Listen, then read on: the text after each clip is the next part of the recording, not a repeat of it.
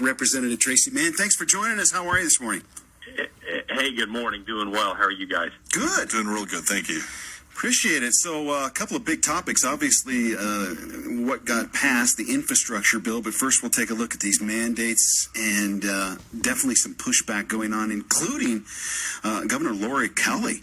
Just you all know, I strongly oppose them. I just think, the government's provided a vaccine. They provided information about the vaccine. It's now time for free Americans, free Kansans to decide if it's right for them. The federal government has no business mandating vaccines. It's wrong policy and should not be happening. And I think we got to remember, this is multifaceted, meaning some of the mandates that have been issued from the Biden administration have been for federal employees, some have been for federal contractors, some have been for healthcare facilities. Most recently, and the one that's getting a lot of news coverage right now, is for employers who hire more than 100 people. So it can get confusing because there's a lot of moving parts here. But that's, at a high level, that's somewhat of what's going on.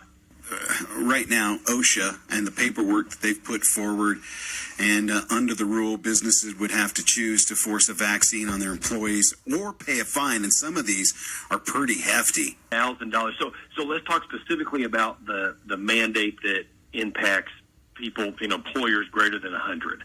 So the mandate was issued a few weeks ago. It then goes to OSHA, who will enforce it, to write the rule or basically the regulations on how that will play out. And then the OMB, or the Office of Management and Budget, prints that, reviews and then prints that rule, publishes it. Well, that rule got published end of last week. It was Wednesday or Thursday of last week. And so then the following day, and in the rule that they published, said the fines for employers that don't comply would be up to $14,000 per offense. Think about that. And would go into effect early January. I think it was January the 4th. Now, it was immediately, in court, people filed a lawsuit to block the mandate, and that happened by a whole series of state attorney generals, also by some private businesses as well. The good news is so those were issued Friday. Saturday, the 5th District Court of Appeals put a stay on the mandate. So although that's just for the 5th District, where Kansas is not in, the stay that they issued would apply to all public businesses. Now, in what the court did on Saturday, they give the Department of Justice the end of the day today to then respond to that stay. So I realize we're way in the weeds, but that's exactly where things sit legally right now. And that doesn't affect like federal employees because the federal government can mandate their own employees what to do. Is that correct? Correct. That's been challenged legally. I've been very outspoken about this on the floor of the House, in committees. We voted. We've introduced legislation to prevent it. But so far that is still in place. Now, the federal government, like public and like private employers, if this does go into effect, should have to provide a waiver for medical reasons and for religious reasons. But so far, the federal vaccine mandates for federal employees is still in effect. So kind of clear on this. It is not the vaccine that I see people have problems with. It's the being mandated to do it.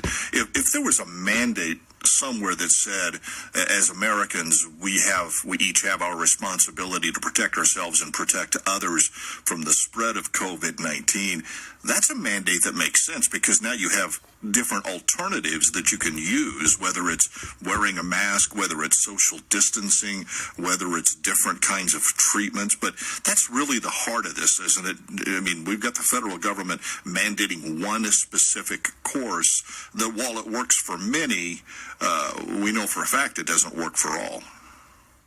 Well, yeah, and at the heart of it, in my view, is freedom. In other words, there's an inverse relationship between the size of government and our freedom. As government grows, freedom shrinks.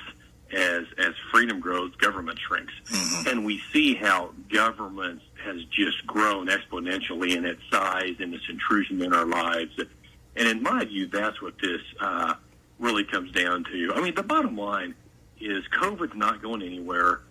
We now have a vaccine, and people can choose whether to get it, but we've got to move on. We've got to figure out as a country, how do we move forward through this pandemic, because we're going to have future variants, I believe, and we got to keep moving ahead because we can't continue to stay down, and we can't continue to infringe on people's freedoms. Sure.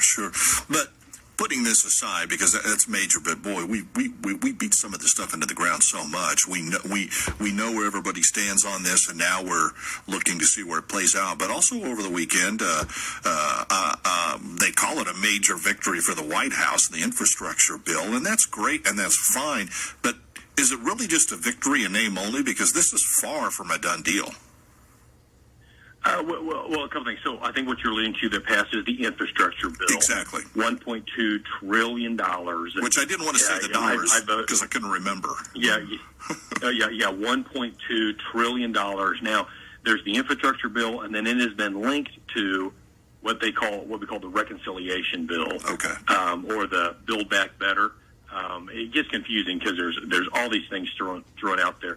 The Build Back Better, or the reconciliation bill, started off at a whopping $3.5 trillion.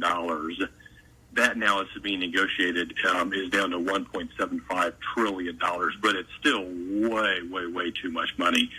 Strongly oppose it. So those things have been linked. The infrastructure bill passed at 11 o'clock on Friday night. It all kind of blurs together because I was on an airplane home, that Saturday morning early. Mm-hmm. But that did pass. And understand, there's tons of stuff in that bill that's not infrastructure. There's billions of dollars for electric vehicle charging stations, billions of dollars for climate change research. A lot of things that aren't roads, bridges, true infrastructure. That's why I opposed it, as did the majority of Republicans as well. Well, does that bill still have a lot of social programs in it, none of which would be considered infrastructure? It has some social programs in it, not nearly as many as the next train car coming down.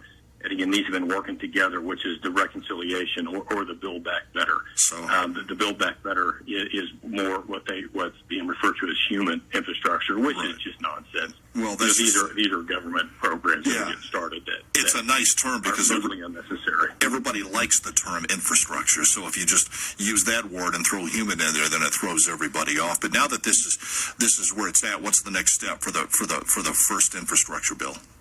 Well, the first that has been signed and is into law. So the Senate had passed the first version of that, and now the House had set on it, and now the House has voted on it. They passed it, and Biden signed it on Saturday.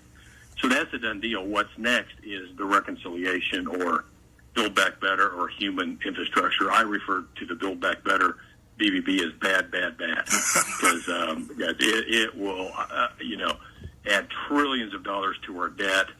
This is where you have all the talk of increased taxes. Originally, they tried to put in there things like having the IRS monitor our bank accounts. All of those things are in this next big bill that they're working on. I've got to be honest with you. I from that bill, I couldn't decide who was running the government, whether running the White House, whether it was President Biden or whether it was Bernie Sanders. Well, remember that bill that comes out, it started in the Senate, and the chairman of the Senate Budget Committee is Bernie Sanders. Well, there you go. So that kind of there you go. So that's why that kind of tells you a lot of what you need to know about the size and magnitude of that legislation. He has repeatedly said that $3.5 trillion is not nearly enough. Which is just okay. Do you see a trim down of this thing before it gets any farther down the track, Tracy? Well, it was started at $3.5 trillion. It got trimmed to $1.75 trillion. And the whole question is, what will your more moderate Democrat House members agree to, and what will Senator Manchin and Senator Sinema on the Senate side agree to? Senator Manchin said his top line was $1.5 trillion. Here's what I have to remember, though, guys. It's possible to decrease the top line, the whether 1.5 trillion, 1.75 or whatever, by starting all of the same programs, but just looking at them at 3 years or 5 years instead of over 10 years.